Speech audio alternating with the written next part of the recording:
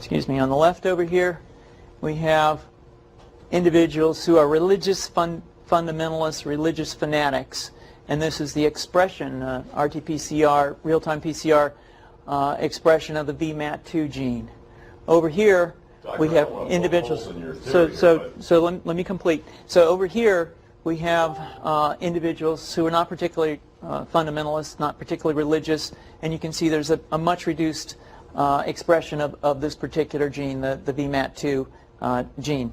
Another evidence that supports our hypothesis for the development of this approach.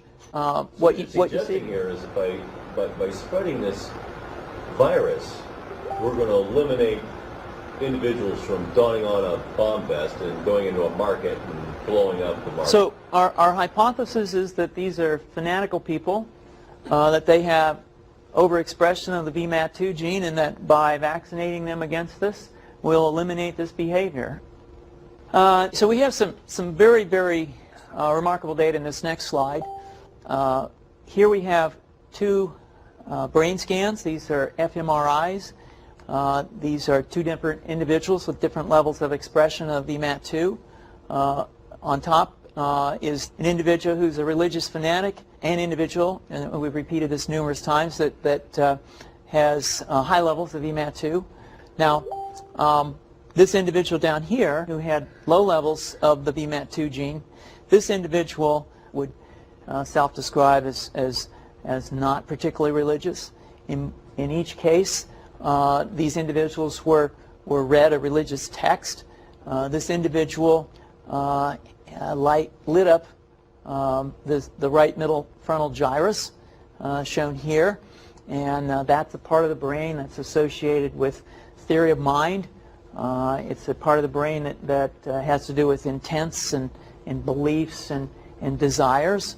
In marked contrast, here's an individual who would not particularly self-describe as religious, and when they're read a religious text, what you see is that this part of the brain called the anterior insula lights up. This is a part of the brain that's associated with disgust or displeasure on hearing something.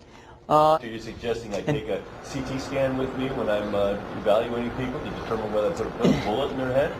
So the data that I'm presenting here supports the concept that we're proposing, and I think that we would not propose to do CT scans or fMRIs on individuals out in the hinterlands of Afghanistan.